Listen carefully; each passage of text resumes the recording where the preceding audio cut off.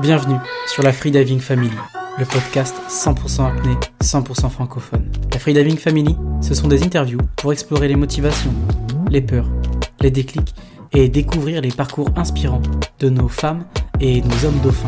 Je suis Julien Moreau, membre de l'équipe de France d'apnée AIDA 2024, ainsi qu'AIDA Master Instructeur. Mais je suis avant tout, comme vous, un amoureux de l'océan et de la communauté apnée. Depuis 2021, je parcours le monde, de Bora Bora au Blue Hole égyptien. Sur ma route, je tends le micro aux freedivers vivant leur rêve de grand bleu. Installez-vous confortablement et bonne écoute à vous. Mais avant, n'oubliez pas de vous abonner à la Freediving Family, le podcast 100% apnée. Salut la Freediving Family, aujourd'hui épisode surprise et improvisé avec Émile Mold, aka Émile Thibault, ainsi que Sven Narbod. Ils sont tous les deux du Massilia Sup de Marseille. Émile revient tout juste du championnat de France FFESSM où il a fait une médaille de bronze avec 75 mètres en monopalme, tandis que Sven a réalisé 213 mètres en dynamique bipalme lors des championnats du monde Indoor AIDA qui se déroulent actuellement au Japon. Dans cet épisode, nous revenons sur les championnats de France eau libre FFESSM et notamment sur les modalités de sélection, les résultats et le titre de championne de France d'immersion libre que Anne-Sophie Passalboni a vu disparaître sous ses yeux pour des raisons politiques incompréhensibles. Une situation absurde pour reprendre les mots de l'italienne Simona qui du coup a fait une médaille d'or. Félicitations Simona pour ta belle performance en immersion libre. Hélas, Anne-Sophie se voit retirer le titre de championne de France car une italienne est devant. Drôle de situation pour un championnat de France. Une situation décevante et humiliante pour le champion et le coach de Anne-Sophie Passalboni, qui est le champion Abdelatif Alouache. Abdel écrit cela sur les réseaux sociaux. Il dit « Dupé, comme beaucoup, j'ai été de penser que les choses allaient changer. Comme beaucoup, on avait soutenu une équipe, avec comme espoir que les choses allaient évoluer. Pour la première fois, je me demande pourquoi je suis là. Que valent mes médailles? Plus grand chose, j'en ai peur. Plus qu'une déception, une humiliation, vécue par moi et toute mon équipe. Sacrifice, temps, énergie et combien d'argent dépensé pour avoir l'honneur de participer à un événement considéré jusque-là comme sacré, mais qui visiblement ne l'était que pour nous. Être champion de France n'a plus aucun sens. Félicitations aux champions et aux championnes de France 2025, qu'ils soient de Belgique ou d'Italie ou d'ailleurs. On vous aime et beaucoup de respect pour vous. Je vais maintenant laisser la parole à Anne-Sophie Passalboni qui m'a fait un petit message vocal pour s'exprimer sur la situation. Hello! Alors, pour revenir sur ces championnats de France, sur les résultats de ces championnats de France qui se sont déroulés ce week-end, je pense que déjà, il y a deux aspects. L'aspect émotionnel, où vraiment il y a une grande déception, tant du côté des athlètes étrangères comme Marine ou Simona qui ne savaient plus où se mettre, qui avaient l'impression de prendre la place des athlètes françaises. Et, enfin, vraiment, c'était terrible pour tout le monde. Et pour nous, pour Chantal, pour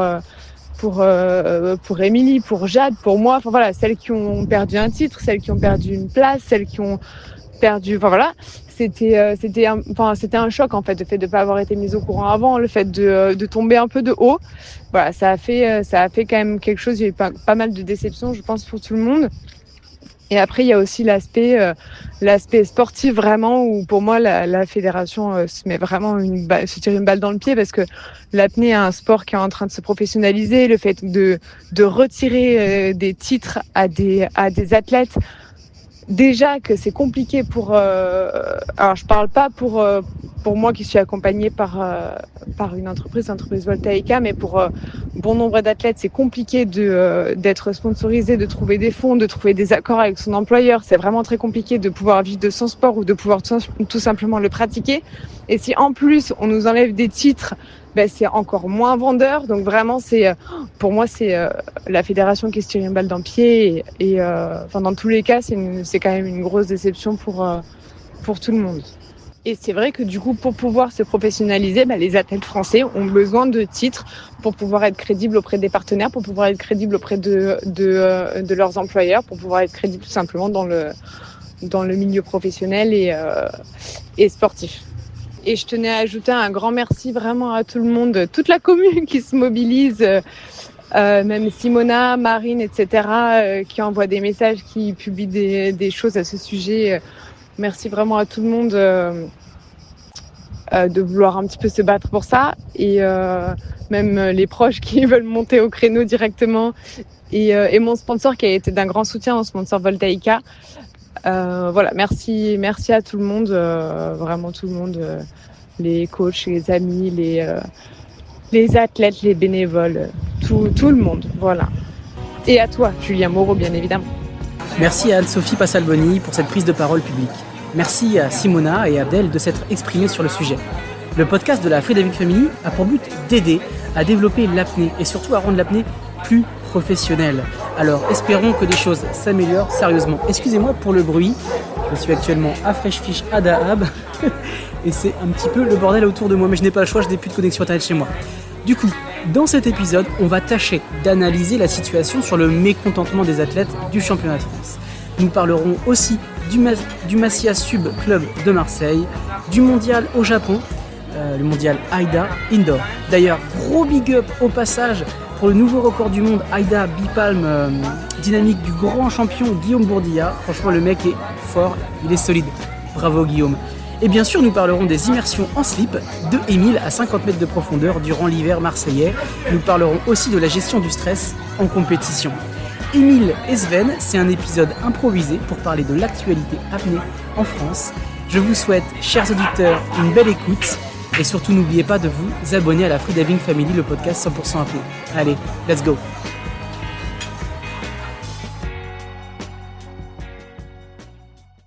Salut Émile, salut Sven, bienvenue sur la Free Diving Family. Salut mon Juju. Bon, je suis super content de vous recevoir tous les deux. C'est un épisode non préparé, c'est un épisode sans questions écrites, c'est un épisode qui a pour objectif d'être une conversation entre trois copains, dont Émile qui revient des championnats de France FFESSM qui était à Villefranche, et puis nous avons Sven Narbonne qui est actuellement au Japon pour les championnats du monde d'apnée indoor AIDA. Ma première question sera pour toi Émile, comment s'est passé ton championnat de France? Écoute, super. C'était une super expérience. Alors, d'habitude, j'ai souvent Sven avec moi quand même sur les compétitions. Et là, il se trouve qu'il était, ben voilà, les championnats du monde se sont passés exactement en même temps que, enfin, en tout cas, les championnats du monde AIDA se sont passés exactement en même temps que les championnats de France Fédé. Et il n'était pas là, donc j'étais pas avec mon tac du tic et tac. Et mais j'étais quand même avec un autre super plongeur du club de Marseille, Guillaume Daoulas, qui pour qui c'était la première compétition et qui en tant qu'athlète et en tant que coach a fait un super travail. Donc en fin de compte, j'étais quand même hyper bien entouré. Puis ça fait quand même quelques années que j'arrive sur les championnats de France, donc je commence à reconnaître pas mal de monde. Et au fur et à mesure que j'apprends à les connaître, ça devient des moments qui sont de plus en plus cordiaux. Enfin, c'est même plus que cordial, quoi. C'est vraiment, on a beaucoup rigolé sur les bateaux avec certaines personnes, avec les Corses, avec les Niçois aussi. Ouais, on a vraiment beaucoup, on s'est bien marré. Et côté plongée, ben, j'ai fait des super plongées. Alors, j'ai pas fait des max. J'ai joué plutôt des cartes safe dans les deux disciplines. J'ai fait la mono et le DNF. Et ça s'est super bien passé. Voilà, je suis content. J'étais quand Bah même oui, à parce un que tu ne mètre le de dis mes max pas, dans les deux disciplines. tu ne le dis pas, Émile, mais bon, t'as fait 75 mètres en monopalme et t'as décroché la médaille de bronze. Ouais, Donc t'as fait un podium, félicitations à toi. ouais. Bravo, Emile. Ouais, j'étais super content. J'étais super content. C'est un super résultat. Je suis super content. Et mais après, voilà, les médailles, c'est une chose. Enfin, les apnéistes qui font un peu de compète comprendront ce que je dis, mais c'est vrai que par les jeux des cartons, même avec des performances un peu modestes, parce que bon, 75 mètres, on reste quand même lucide. C'est une performance qui est modeste au regard du niveau même national en fait. Et, et voilà, c'est le jeu des cartons qui a fait que j'ai réussi à avoir cette médaille-là, parce qu'il y a eu quand même trois disqualifications au-dessus de moi avec des plongées qui étaient engagées au-delà des 100 mètres. Bah oui, je crois bien qu'il y a Euh, eu deux blackouts. Il y a eu Mathieu Maréo qui a fait une syncope il y a eu surface. trois blackouts en fait. Stéphane Enfin ouais, il y a Toureau eu, ouais. a un blackout en profondeur. Gilles, c'était pas vraiment une syncope, c'était une samba, mais ouais, effectivement, il y a eu une syncope profonde de Stéphane, et une syncope en surface de Mathieu. Ouais. Voilà, j'étais là pour profiter de cette opportunité et comme diraient des apnéistes, Enfin, moi, je me souviens que c'était Morgan Bourkis qui m'avait dit ça. Il ne l'avait pas dit à moi spécialement d'ailleurs. Je crois qu'il l'avait dit sur un podcast, mais il avait dit quelque chose du genre être champion du monde, c'est pas être le meilleur du monde, c'est être le meilleur le jour J de la compétition des championnats du monde. Hmm. Et voilà, il se trouve que j'étais le troisième meilleur ce jour-là et je suis fier d'avoir pris cette place, tout simplement. Mais après, ouais, Le malheur des uns moi, fait le l'aspect, bonheur des autres. ouais, voilà, exactement. Et je suis vraiment désolé pour les compétiteurs qui se sont plantés et ça arrive et j'espère qu'ils feront mieux sur les suivantes. Ouais, ça fait chier Et en ça tout fait cas, chier à lui aussi. voilà, moi, la victoire que j'ai eue sur ces championnats-là, c'est que je te l'avais déjà dit sur le podcast de Noël. D'habitude, sur les compétitions, j'ai une très très mauvaise gestion du stress. Je fais beaucoup d'insomnie. Et là, il se trouve que sur ces championnats-là, j'étais hyper en confiance et j'ai pas dormi comme un dingue, quoi, mais j'ai plutôt bien dormi. J'étais pas trop stressé. J'ai approché ça avec beaucoup plus de maîtrise que les autres compétitions. Donc moi, c'est surtout ça qui m'a intéressé sur ces championnats-là. Voilà. Bon, bah, en tout cas, félicitations pour ta médaille de bronze en poids constant. Merci, mec. Sven, tu es de l'autre côté du Oui, monde, au pays du soleil oui, levant, tu es au Japon. Bravo oui. déjà pour ta sélection en équipe de France Indoor. Tu peux nous raconter un peu comment se passe ton championnat du monde? Est-ce que tu as déjà mis la tête sous l'eau? Est-ce que tu as déjà fait des performances? Comment c'est l'ambiance dans l'équipe de France? Vas-y, raconte-nous tout. Oui, avec grand plaisir. J'ai une petite parenthèse très rapide avant, vu que c'est très libre, si j'ai bien compris. Je voulais quand même aussi féliciter beaucoup Émile pour cette plongée et dire que je trouve que tout ce que tu dis, Émile, sur la mentalité avant la compétition, je trouve que c'est aussi beaucoup de choses qu'on a pu travailler sur le bateau ensemble et que tout ce qui a amené à cette performance-là au championnat de France, c'est aussi beaucoup de confiance qui a été prise sur les différentes plongées qu'on a fait ensemble. Et en ça, on commence aussi au Massilia Sub à avoir un cadre de plongée profonde qui est apaisant et safe et dans une sécurité qui nous permet de nous déployer dès l'entraînement pour arriver sur les compétitions prêts. Et ça, je pense que c'est un point très important cette année. Donc ça, c'était la parenthèse championnat de France FFESSM de profondeur que je regrette de pas avoir pu faire cette année vu que ça tombait pile en même temps que les mondiaux AIDA Indoor à Wakayama au Japon. Aujourd'hui, on est le dimanche 29 juin. Moi, je suis arrivé lundi dernier, le 22 ou le 23, et j'ai eu une première journée d'inscription, un peu de décalage horaire dans la figure, de la température chaude, beaucoup d'humidité. Ça a été pas évident de se recaler sur tout ça. On a eu 2 jours, jeudi et vendredi, pardon, d'entraînement officiel dans une magnifique piscine, dans un magnifique complexe à Wakayama, donc où j'ai pu mettre la tête sous l'eau, travailler un petit peu sur du lestage, de la prise de repères, vérifier que j'avais encore à peu près nagé. C'était le cas, j'étais assez satisfait. Découvrir aussi les piscines au cristal et non pas au chlore. Qui sont des Oh, wow. piscines très douces avec ouais incroyable, une très bonne aquacité, une très bonne glisse. De manière générale, toute l'équipe de France était soulagée de voir à quel point la piscine glissait. Je me rappelle d'une discussion qu'on a eue avec Clément Le Saffre à l'issue de la première journée d'entraînement où il avait réussi à enlever un mouvement entier en brasse, en DNF sur son 50 mètres, ce qui est quand même assez rare d'un seul coup d'avoir cette liberté-là. Voilà.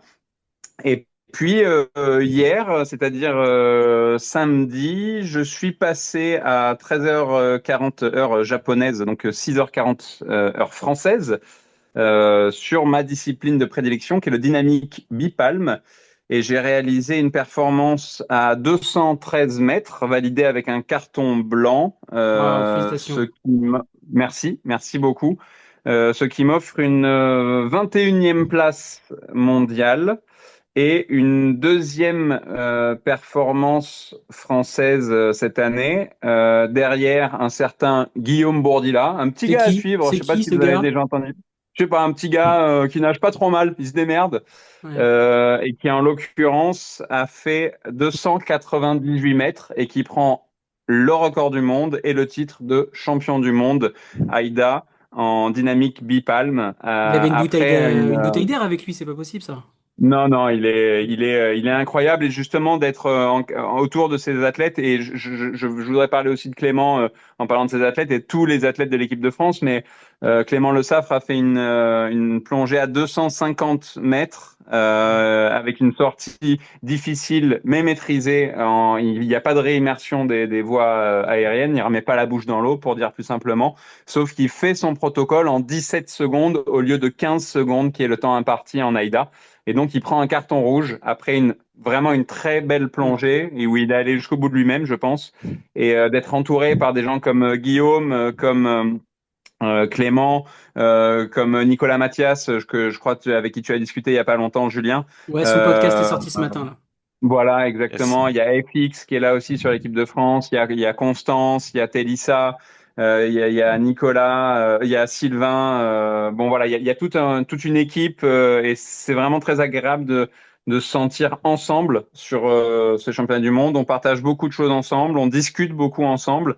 Et hier, on a célébré tous ensemble la première place et le record du monde de Guillaume, qui n'a pas été simple parce qu'il a d'abord eu un carton rouge et qu'il a dû poser une réclamation qui a été acceptée. Et après revisionnage des images, ce carton rouge s'est transformé en carton blanc, ce qui lui a valu à quasiment 21 heures d'apprendre qu'il était champion du monde et nouveau recordman du monde en dynamique bipalme en AIDA. Voilà.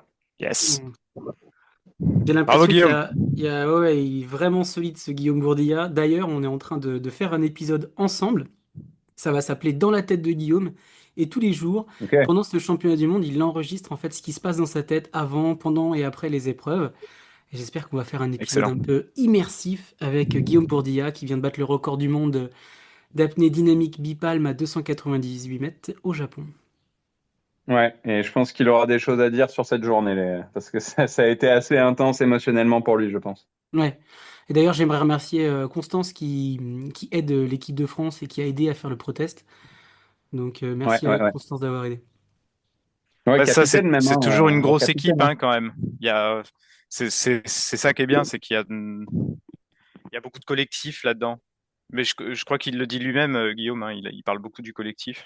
Je trouve que Mm. Oui, c'est hyper beau de mettre ça en avant à chaque fois dans ces événements-là.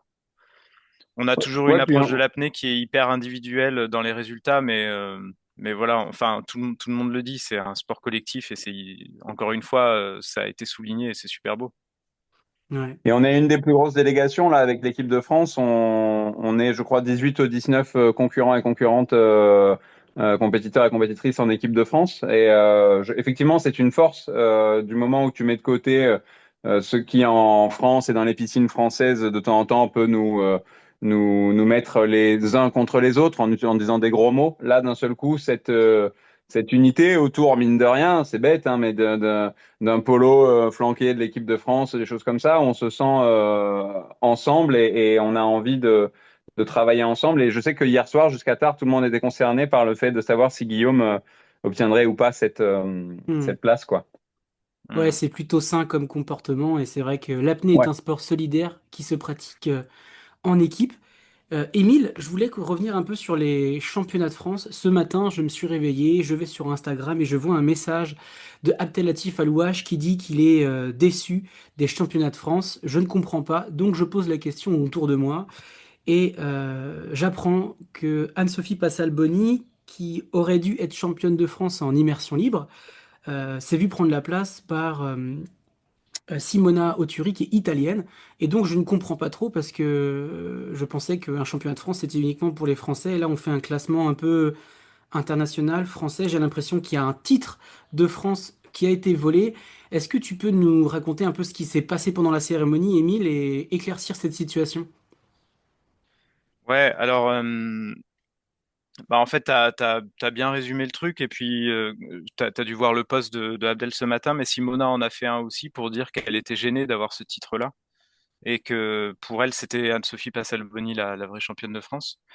Euh, sur le coup, il n'y a pas tellement eu de réaction. Enfin, tout le monde était un peu sidéré quand même. Euh, mais disons que la position de la Fédé là-dessus, ça a été de dire que comme Simona est licenciée en France, Elle est licenciée aussi pas, il me semble. Elle avait sa place sur le classement français. Alors que, bon, ils ont quand même fait il y avait deux classements en fait. Là, il y avait un classement un peu comme dans les championnats départementaux ou les choses comme ça. Il y a un classement départemental et un classement open.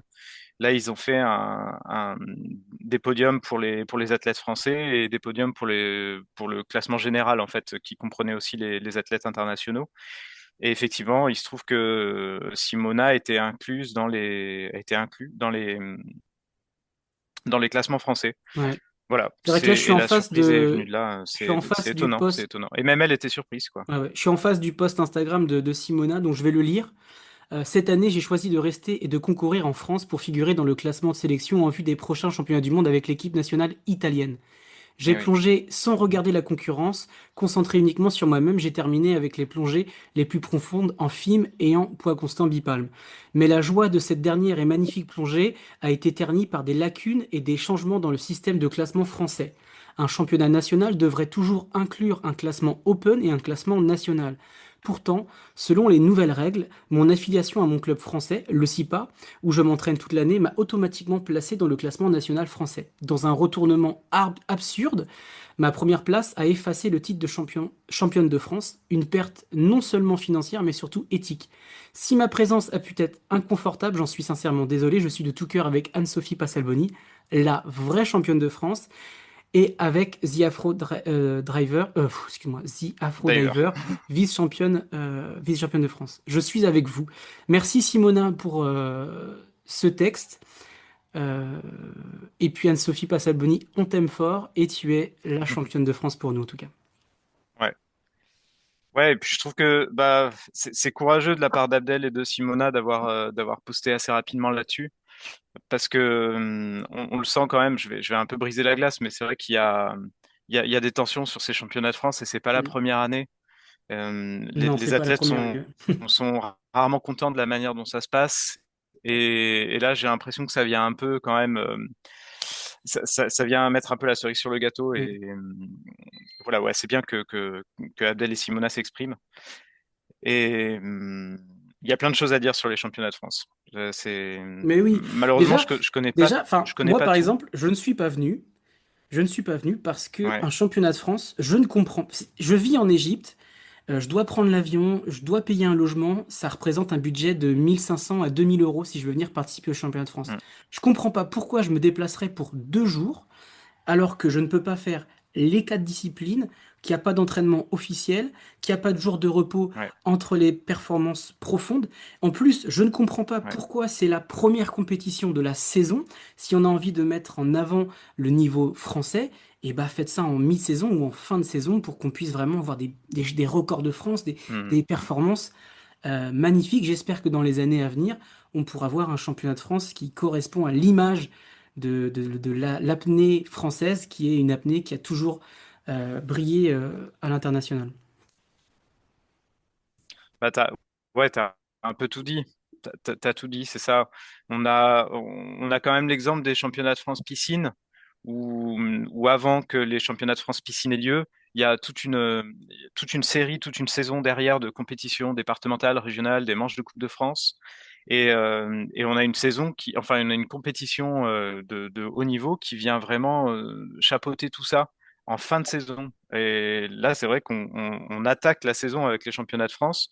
Donc on voit des performances qui sont tout à fait honorables, mais qui correspondent pas à ce que sont capables de faire tous les Mm. athlètes en France.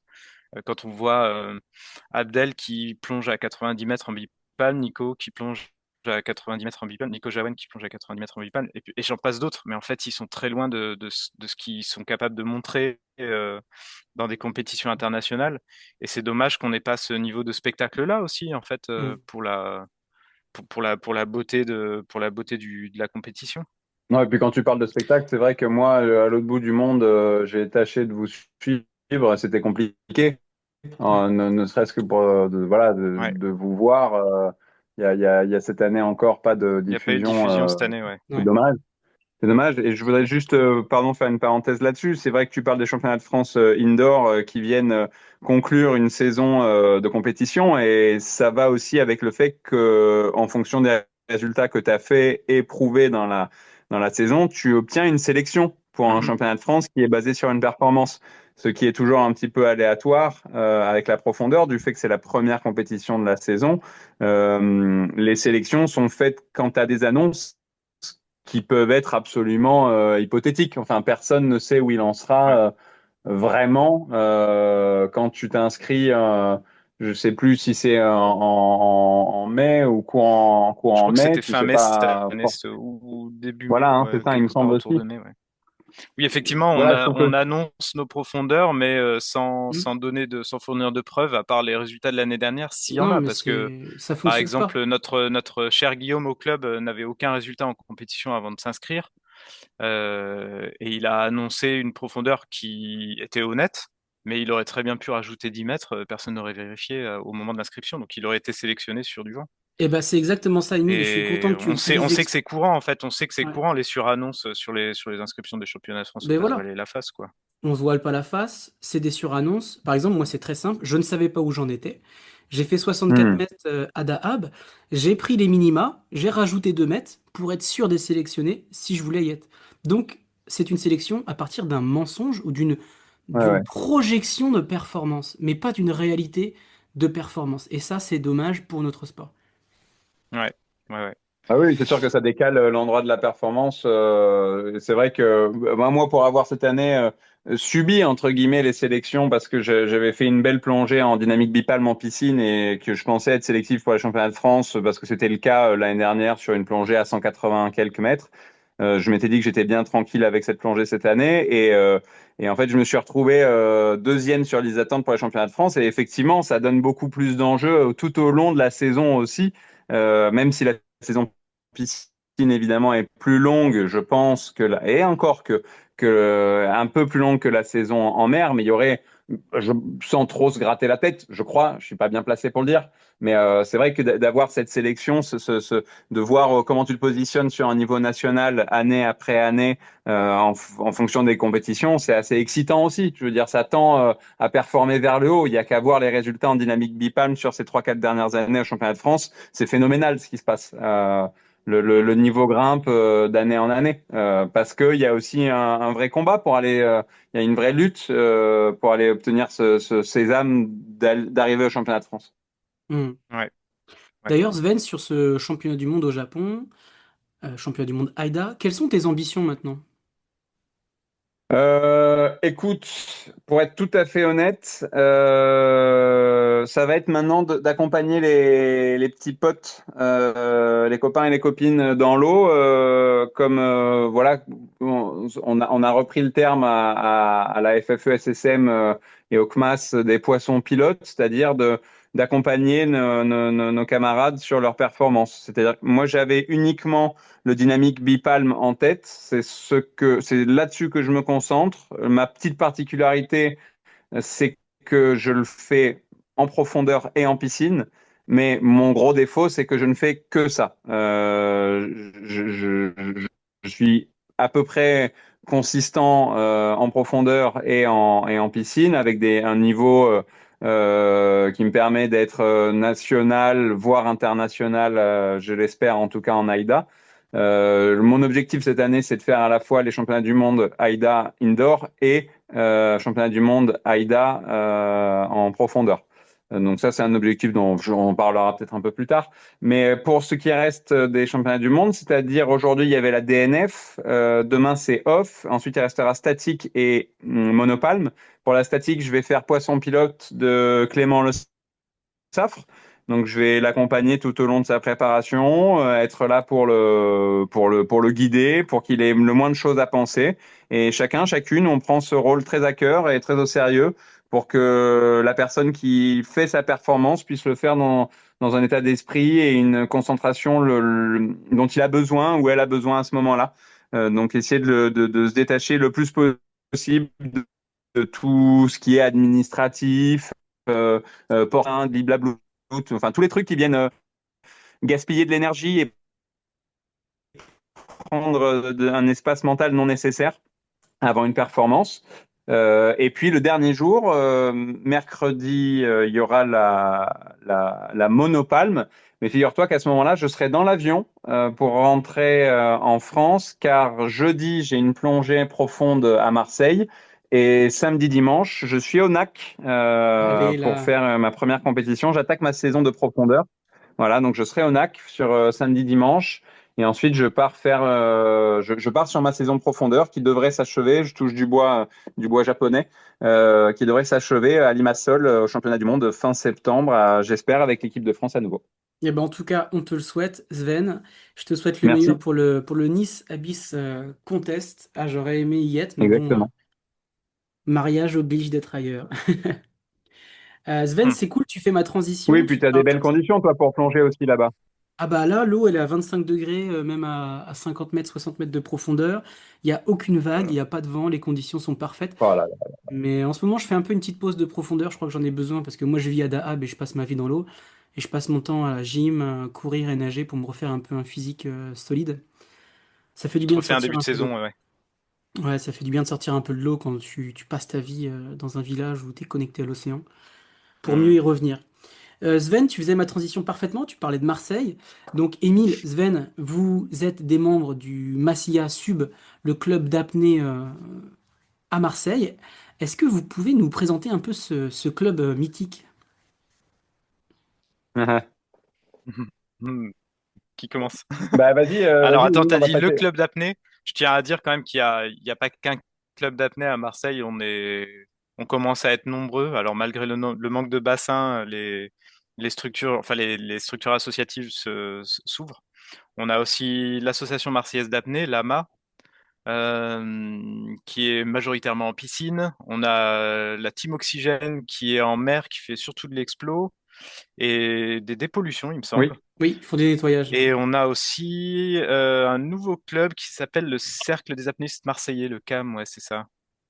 Donc on commence déjà à être. Si j'en oublie un, je suis vraiment désolé. Voilà, mais on est au minimum quatre clubs d'apnée. Et ouais, le Massilia Sub a cette particularité, c'est le seul à Marseille à faire à la fois de la piscine et de la mer en profondeur. Ok. Et avec une petite touche de compétition quand même. C'est-à-dire qu'il a quand Ouais. même été fondé autour de Morgane. Si je dis pas de bêtises, tu me corrigeras, Émile, évidemment, parce que Émile est historiquement plus ancien que moi dans ce club. Mais Morgane a beaucoup travaillé à ce club pour ses compétitions aussi à lui en profondeur, même s'il n'a jamais Hmm. participé, si je dis pas de bêtises, à des compétitions en piscine, en Il en a DNF, fait, non? il en a fait, ouais. Il en a Ouais. fait. Ok. En mono aussi. Ok. Ok. Et il a Bah, déjà j'étais fait pas un peu de encore là. statique également, mais D'accord. c'était pas sa discipline. Mais Mais c'est effectivement, vrai qu'on a un club orienté là-dessus. le club est vraiment empreint de ces, comment dire, de ses méthodes d'entraînement, de sa vision de l'apnée. Moi, quand j'ai commencé à encadrer au club, euh, disons que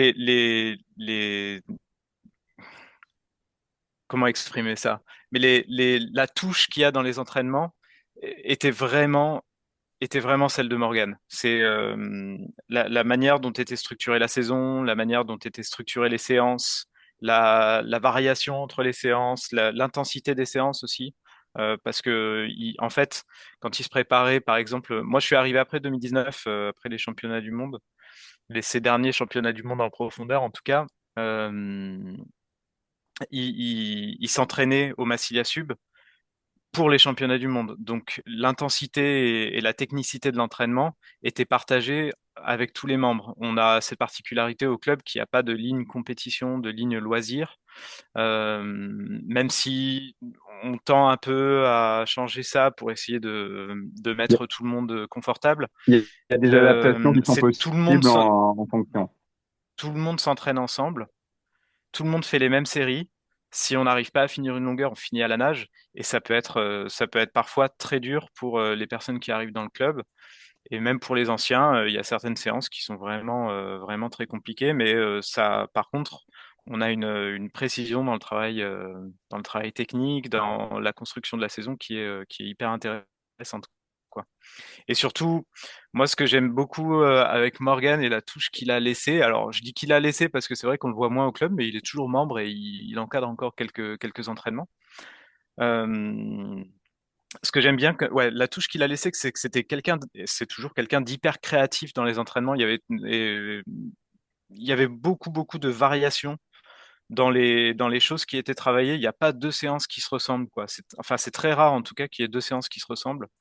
On essaie toujours d'inventer des exercices, d'inventer des séries, de combiner les choses de manière différente en jouant sur tous les paramètres possibles de l'entraînement, les temps d'apnée, les techniques, les temps de récup. Enfin, ouais, c'est un champ d'exploration qui est hyper vaste et qui est hyper stimulant, quoi.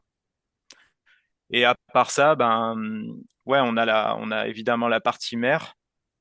Euh, la partie mer, on a un petit bateau, on a un modeste Zodiac de 6,25 m, enfin un semi-rigide de 6,25 m, qui est super bien équipé avec deux belles potences. Euh, et on s'entraîne. Alors, on essaie un peu de s'entraîner toute l'année, donc on a, on est une équipe d'apnéistes très motivés qui n'a pas peur du froid ou de braver les éléments. Et en fait, c'est un peu forcé à Marseille parce qu'on a des conditions d'entraînement qui sont assez particulières. Un climat qui est variable, qui est un peu exigeant. On a alors ceux qui sont sur la côte connaissent bien le Mistral. C'est le vent du nord qui descend des gorges du Rhône et qui est assez froid, assez sec et qui a la particularité de chasser l'eau chaude en été et qui fait remonter la thermocline, parfois jusqu'à la surface. Donc, on peut se retrouver en plein été à plonger dans des eaux à 12 degrés, en plein milieu des calanques. Et, euh, et une fois que le Mistral s'arrête, les eaux chaudes vont revenir, créant des très forts courants. On a souvent, même sans avoir forcément du Mistral, alors quand il y a du Mistral, évidemment, ça souffle pas à 10 nœuds, quoi. C'est des vents qui peuvent monter jusqu'à 40 nœuds. Alors nous, on sort jusqu'à 25-30 nœuds. On a nos abris. Ce qui est bien, c'est qu'on a une disposition du plan d'eau avec beaucoup de petites îles. On a le Frioul, on a le Hmm. Riou, on a le Grand Conglou, Le Grand et Conglou. l'île de Plane, l'île de Jard, voilà, tout ça, c'est l'île. Ouais, Le ouais, c'est Grand un Conglou. joli rocher au large Ok. qui est quasiment jumelé avec l'île du Riou. Très belle, très beau spot d'exploration aussi. En tout cas, c'est vrai que Et les donc conditions on arrive toujours marseillaises, plus ou moins à trouver des abris. ouais, excuse-moi, je Ouais, disais vas-y. les conditions marseillaises, on le sait, sont plus compliquées, plus solides que les Ouais. conditions qu'on peut retrouver à Villefranche-sur-Mer, à Nice. Euh, mais j'ai l'impression aussi que toi, Émile, tu aimes la Wadab. difficulté. Voilà. Ouadab, oh my God. Ou à Bora Bora. Émile, j'ai l'impression que ces conditions dures, tu aimes bien parce que tu es un des fervents défenseurs de la plongée en profondeur en slip et en eau froide. Slip Ah de bah bain. oui, Ouais. oui, Et ça, je oui, suis un oui. grand fan de toi pour ça. Oui, moi c'est comme ça que j'ai découvert, c'est comme ça Et que j'ai Sven m'a suivi un découvert peu Émile. là-dessus aussi, hein. Ouais, ouais, c'est comme ça que j'ai découvert Émile sur un bateau. Moi, je fais une petite parenthèse également sur le Massilia. Moi, je suis rentré au Massilia en février 2023, donc je suis très jeune au Massilia. Avant ça, j'étais au club du Loup Pendu du côté de Rieux-la-Pape, dans les alentours de Lyon, coaché par Frédéric Cordier, une des grandes dames de la DNF, du DNF en France. Je suis arrivé et j'ai fait mes premiers entraînements. Moi, j'ai plutôt connu la période où Morgan était un peu moins présent, où Émile a pris le dessus, qui proposait en piscine et en mer. Et j'ai vu mon beau Émile pratiquer la baignade profonde en slip dans des eaux à 11, 12, 13 degrés jusqu'à des profondeurs Jusqu'à assez 50 mètres, hein. costauds. Je crois bien. Je dis pas de bêtises si tu as quand même t'as tapé. Ouais, hein, jusqu'à 40-50 mètres, il me semble, Ouais. en slip de bain. Et sur les premières années, je t'ai suivi, mais effectivement, les réglementations maritimes se corsant, j'ai privilégié le fait de ne pas tomber malade tous les 4 matins. Et ça fait quoi de plonger en slip à 50 mètres de profondeur quand l'eau est à 12 degrés? Écoute. Moi, je vais dire que c'est génial. Je vais dire que c'est génial parce que t'as un contact avec l'eau qui est pas du tout le même qu'avec une combinaison. Donc, je pense que ça a vraiment plein de vertus. Et accessoirement, pour ceux qui pensent que c'est vraiment quelque chose de dingue, en fait, c'est pas bon, c'est engagé, hein, je le reconnais. Mais par exemple, je trouve que c'est plus dur de faire une plongée en maillot de bain dans une eau chaude avec une grosse thermocline que de plonger directement dans l'eau froide, où finalement on arrive Et dans l'eau c'est froide là, c'est à ce et on moment a une précis espèce de qu'on se rend continuité compte de ce truc. Pardon, que Sven? Émile est complètement. C'est à ce moment précis qu'on se rend compte que Émile est complètement fou, en Oui, fait. oui. Voilà. Ouais, Ouais, ouais, ouais. ouais. C'est un peu comme s'il disait, je Mais préfère être directement dans une relation toxique que d'être dans une relation d'amour saine qui devient toxique. non, mais franchement, c'est génial. Enfin, moi, j'encourage tout le monde à essayer, quoi. T'as une, Ouais, t'as une freediver espèce BDSM. de cascade, t'as une espèce de cascade hormonale qui est folle, quoi. Et les sensations à la descente sont dingues. Et puis, t'as aussi cette espèce de sentiment de renaître quand tu arrives à la surface et que l'eau se réchauffe très légèrement et que tu arrives dans un environnement qui est d'un coup un peu plus accueillant. Je trouve que c'est vraiment fabuleux. Il y a plein de trucs à tirer de cette expérience-là et j'encourage tout le monde à essayer. Ouais, et je Euh, rajoute juste Émile, moi je trouve qu'effectivement la remontée est beaucoup plus agréable. Moi je me suis arrêté autour des 30 mètres parce que je trouve qu'il y a beaucoup plus de spasmes. C'est très difficile quand même comme pratique. Et la remontée est absolument jouissive parce qu'en plus tu n'as pas de plomb, tu es vraiment libre, tu remontes comme un petit bouchon jusqu'à la surface.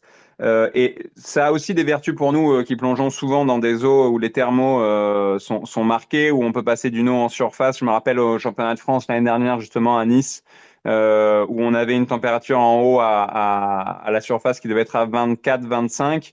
Et passé les 40 mètres, on retombait autour de 16. Et puis quand je suis arrivé un peu plus profond, on était autour de 14-15. Et en fait, d'avoir aussi cette habitude toute l'année, de ressentir le froid sur le visage, sur les membres, sur les mains, sur les pieds. Je pense que ça a aussi des vertus une fois qu'on arrive dans des profondeurs où d'un seul coup on se fait choper par la thermo et qu'on est un petit peu habitué à ce choc, cette impression de se faire vraiment saisir par le froid en travaillant ça tout au long de l'année mm, en mm. slip et aussi en travaillant ça tout au long de l'année dans des conditions où voilà cet hiver ça nous est arrivé Émile tu peux confirmer de sortir où il faisait 5-6 degrés le matin quand on sort le bateau et que l'eau est à 11 degrés qu'on fait 5 plongées qu'on se les gèle catastrophiquement et qu'on rentre et qu'on se demande pourquoi on fait ça et en fait on est heureux quand même. Ouais, c'est clair. C'est clair, moi j'adore ce hors-saison. Puis cette année en plus, alors ça arrive de temps en temps, mais c'est vrai que Arnaud Gérald vient s'entraîner avec nous en début de saison de temps en temps. Et c'est toujours super stimulant d'avoir ce début de saison avec lui, puis avec tout le reste de l'équipe. Hein. Enfin, je passe un petit coucou à tous les piliers du bateau, César, Léo, Yann, À nous. Anouk, bien sûr, ma chère Anouk. Voilà, tous ceux qui sont là à ces moments de la saison. Romain aussi, qui est avec nous. Et il y a César et David. Émile, César, je l'ai dit, Ouais, mais David, bien sûr. David. David, notre cher président, évidemment. David qui fait un super travail en tant que président au club, ouais. On Émile, a une belle merci. équipe. On a Ouais. une super équipe au Massilia. Voilà. Émile, je voulais revenir un peu sur le championnat de France FFESSM qui s'est passé les 2 derniers jours.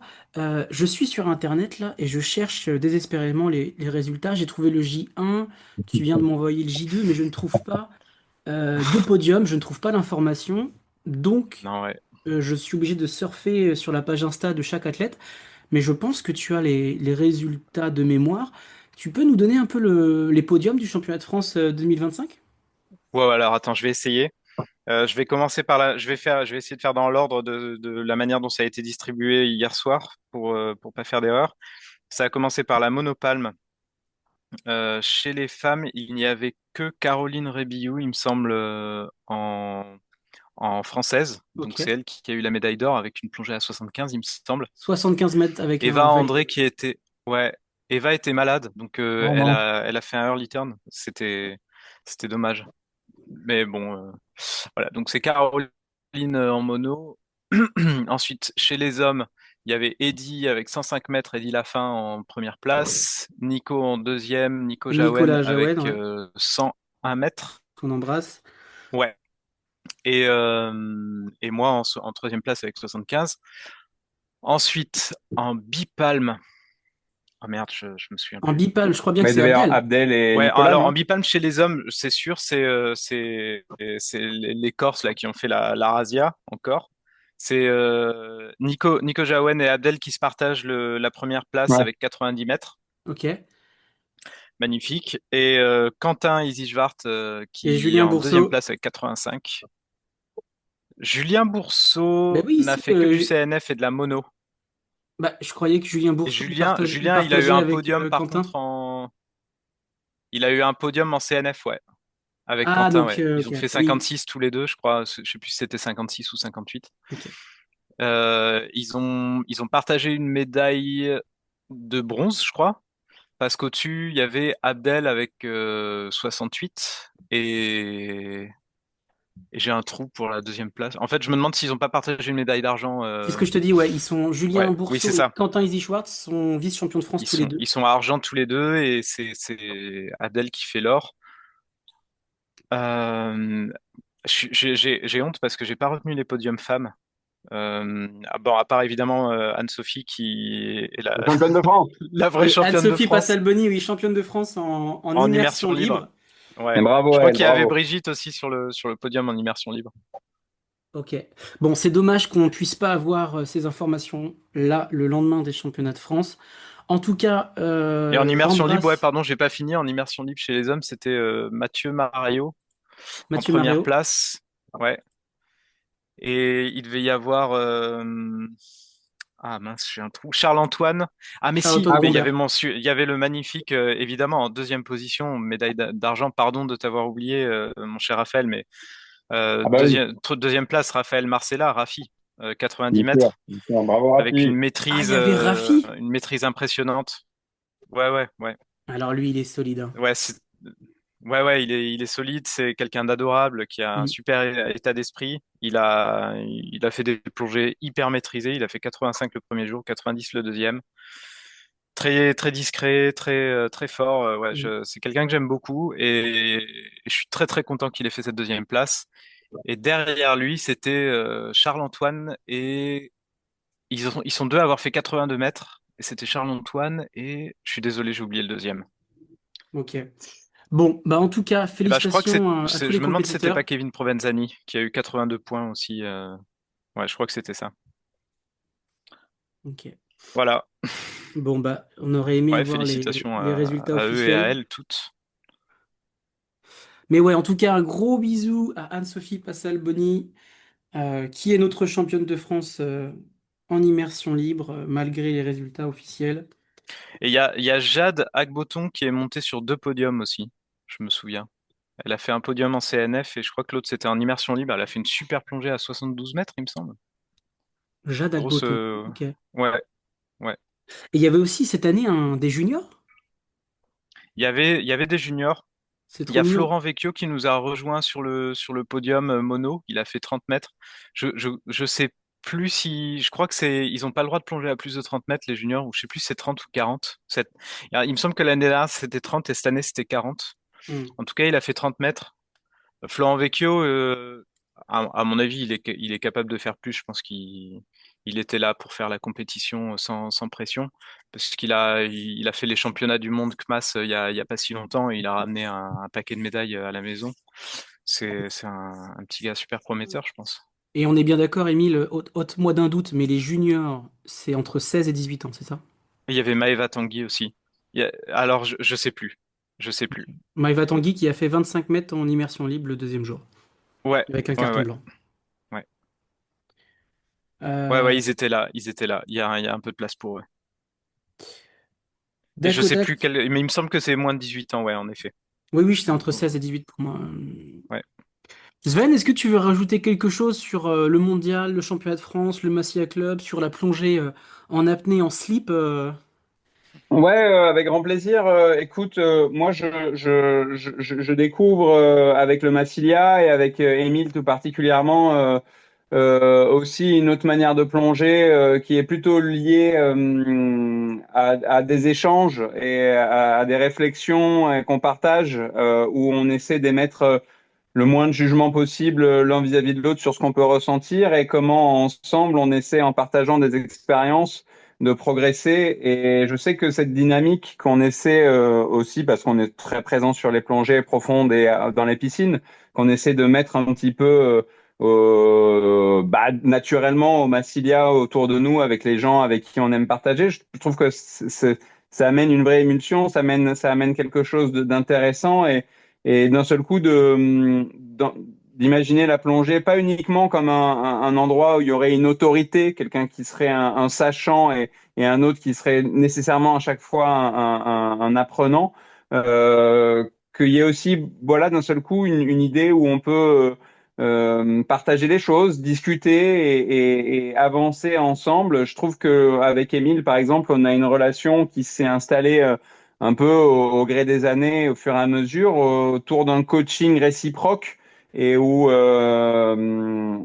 sans avoir je veux dire, d'autorité, je répète ce mot, d'auteur sur l'autre, on arrive avec une structure plus râteau en étant un peu au même Plus niveau horizontal, ouais. Ouais. plus horizontale à se partager ce qu'on vit et je trouve que c'est quelque chose que je découvre pour moi dans ce sport qui est une compétition. Moi, je viens de la compétition à haut niveau dans la voile où il est question de mettre, je vais utiliser un mot correct, d'être le meilleur, de vraiment être le meilleur à tout prix, d'écraser peut-être même un petit peu de temps en temps les autres. T'étais D'un sous quel seul format coup, en voile, Sven? moi, je suis passé par l'optimiste. Ensuite, j'ai fait les championnats du monde en laser 4.7 à l'époque avec Jean-Baptiste Bernaz, qui Ah, était t'es un notre lasersiste, ok. représentant. Ouais, laser, voilà, laser bourrin, quoi. Hmm. Et puis ensuite, j'ai fait pas mal de quillard. Ouais, moi je viens du milieu de la voile où il était question beaucoup de compétition et de se battre les uns contre les autres et un milieu très masculin d'ailleurs sur les bateaux depuis longtemps. Ça bouge un tout petit peu, on en parlera j'espère un tout petit peu pour conclure avec Émile. Voilà, d'un seul coup d'avoir après ces années en opti, en laser puis en habitable de trouver dans la compétition cette notion de partage et d'envie d'évoluer ensemble, sans encore une fois qu'il y ait de sachant et d'autorité, mais de juste du partage et essayer de prendre ce qu'on a à prendre chez les autres. Ça passe, par exemple, par le fait d'expliquer son protocole une minute avant sa plongée, de le partager, que tout le monde sur le bateau soit au courant de ce qu'on fait. Et ben, ça permet de prendre. Ça veut pas dire que l'autre va forcément nous battre. Ça veut juste dire que l'autre va avancer et qu'on aura des choses à récupérer chez lui aussi pour avancer aussi. Voilà ce que je peux dire sur ma pratique de l'apnée. Ouais. Et moi, une des dernières choses que je voulais dire, c'est par rapport à la relation qu'on a avec Sven, c'est que bon, je l'ai déjà dit au début de l'épisode, mais c'est vrai que j'ai une approche de la compétition. Enfin, j'ai eu une approche au début de la compétition qui était très très difficile. J'étais très très stressé. J'ai eu toujours des gros symptômes physiques qui exprimaient aussi ce stress et un stress qui était parfois bloquant. Et en fait, quand j'ai rencontré Sven, j'ai vraiment rencontré un, un athlète, quelqu'un qui a une volonté et une concentration qui sont monstrueux en compétition, qui se laisse pas, comment dire, qui se laisse pas désarçonner, qui est très très sérieux dans ses objectifs, qui est très cadré dans ses objectifs et bon, qui vit le stress un peu comme tout le monde, hein, mais quand même de manière hyper constructive, de manière très stimulante en fait. Alors que moi, c'était plutôt un stress destructeur. Là, je suis témoin en direct de quelqu'un qui a un stress très très très stimulant. Et ça m'a énormément aidé à progresser de côtoyer Sven sur ce plan-là. Sans compter aussi. Alors, je pense qu'une des premières expériences de compétition en mer qu'on a eues, c'était quand tu avais voulu t'inscrire au championnat de France, que tu n'avais pas été sélectionné, je sais plus pour quelle raison, mais que tu étais quand même venu pour essayer de gratter ta place. que Oui, ça n'avait oui, pas tout à fait. marché parce que à l'époque tu n'avais pas ton ACEL et c'est une règle qu'ils ont enlevée, je crois. Tout à fait, exactement. Euh, et cette année-là, du coup, tu as été mon coach et, et venant du théâtre, tu as des outils d'expression que tu as mis à ma disposition hyper généreusement. Et je pense que depuis ce moment-là, ça a complètement changé mon approche de, de la compétition et de la manière dont je devais aussi exprimer mes peurs, en fait. Parce que tu m'as raconté cette anecdote fabuleuse de ce vieil acteur, Serge une Merlin. conte. Pardon, tu disais?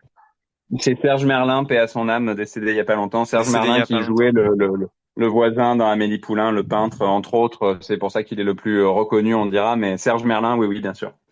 Ouais, enfin cette anecdote est hyper marquante parce que tu as été son assistant, c'est ça? Je sais pas quel mot on Je utilise. jouais avec lui Tu jouais. sur scène sur un spectacle qui s'appelait Le Roi Lear et j'étais un petit peu son homme de main. J'étais le bras droit du Roi Lear. Alors un rôle quasiment muet, mais tous les soirs, on rentrait en dernier. C'était une salle enfin un spectacle où il y avait une cinquantaine de personnes sur scène et on rentrait tous les deux en dernier. Et je finis du coup cette anecdote, hein, Émile, si tu veux Ouais, ouais, bien. vas-y, bah bien sûr. Et du coup, Serge Merlin, 81 ans, acteur. Euh, Fantastique, énorme acteur 60 ans de qui paraît carrière ou d'une 50 ans de ouais, carrière. Ouais. qui paraît d'une aisance et d'une facilité déconcertante. Tous les soirs, avant de rentrer, se mettait à pleurer juste derrière la porte, avant que je lui ouvre la porte, et disait: je veux pas y aller, je veux pas y aller, je veux pas y aller. J'ouvrais la porte et il rentrait dans sa réplique et ça devenait le roi Lear. Et en fait, il avait pas envie d'y aller. Et du moment où il y était, c'était un Se roi Lear transformer, indiscutable et ouais, fantastique. ouais. C'était fantastique. Et ça pour le coup, c'est un apprentissage aussi de la vie, quoi. Cette anecdote, elle est fabuleuse. Elle est fabuleuse. Parce que moi déjà sur les championnats, ça m'a permis de comprendre que j'avais vraiment le droit d'avoir peur de plonger, parce que c'est quand même un sport qui peut faire peur. La profondeur, ça fait peur. On peut avoir peur de tous les accidents qui sont possibles en apnée, les squeezes, les syncopes, les barotraumatismes, machin. Et c'est des trucs que j'avais vachement intériorisé parce que je pense que j'étais pas si bon que ça en fait pour exprimer mes sentiments et finalement tourner ça en un espèce de presque de jeu parfois, de l'exagérer un peu ce sentiment de peur pour le laisser sortir sous une forme verbalisée ou gestuelle. Bah c'était vraiment un énorme apprentissage pour moi. Et sans compter après le reste de ta présence quoi qui ont été à chaque fois sur les compétitions, c'est des super moments quoi. Euh, Partagé, mais c'est ouais, voilà, partagé, mon ami. je voulais un peu parler de ça, effectivement, ouais. Et je pense qu'on Super. peut peut-être se dire un petit mot. Merci, Émile. Ça me touche beaucoup ce que tu dis d'ailleurs. Et la vulnérabilité est une belle chose. Parenthèse terminée. Mais juste pour conclure, se rappeler aussi que comme je disais tout à l'heure, la voile, qui sont voilà des sports où il y a beaucoup d'hommes et tout ça. L'apnée est aussi, c'est aussi le cas. Jusqu'à présent, il y avait en compétition 70% d'hommes autour des bassins et sur les bateaux. Et que voilà, je pense que dans notre pratique de l'apnée au quotidien avec Émile, on essaye aussi d'être vigilant quant au comportement qu'il peut y avoir autour des bassins et sur les bateaux pour que l'apnée puisse être le plus ouvert à tous ceux et celles qui veulent et pour que les piscines et les bateaux restent des endroits de sécurité, des safe space où chacun et chacune peut pratiquer dans un cadre où ils se sentent en sécurité. Et je pense que c'est quelque chose qui est très important pour nous, au Massilia, mais Mhm. aussi en tant qu'être humain. Voilà. Ouais, pas mieux. Et j'espère, alors pour l'instant, c'est vrai qu'on n'est pas hyper exemplaire sur notre accueil de public femmes ou LGBTQIA+. Mais j'espère que ça va changer dans le futur. En tout cas, on réfléchit à des manières de rendre ça possible. Voilà. Ceci est peut-être un appel, je ne sais pas. S'il Tout y a à des fait. Marseillais, Marseillaises qui ont envie de rejoindre le club, sachez que vous serez, on fera au mieux pour vous accueillir avec beaucoup Dans de, les conditions adéquates. voilà, dans les conditions adéquates, c'est exactement. Moi, je En tout crois cas, qu'on peut merci finir beaucoup, là-dessus. Julien. Ouais, Ouais, merci merci, Jus pour Julien, nous avoir merci donné la beaucoup. parole. Ouais, et bon courage dans le désert. Et on t'embrasse fort et on espère te voir très vite. Et on espère aussi que tu récupéreras une connexion Internet un jour. et que tu reviendras en France et qu'on te reverra sur les compètes françaises quand même. Quand peut-être un jour ce sera des championnats de France avec une plongée par discipline, un jour de récup entre les deux plongées, entre 2 jours de chaque plongée. On se dira à ce moment-là. Allez, Eh, bisous. bisous. Ciao. Salut, salut Émile, salut tonton. Ouais, bisous mon Salut, poulet. À toutes. salut Julien. Ciao.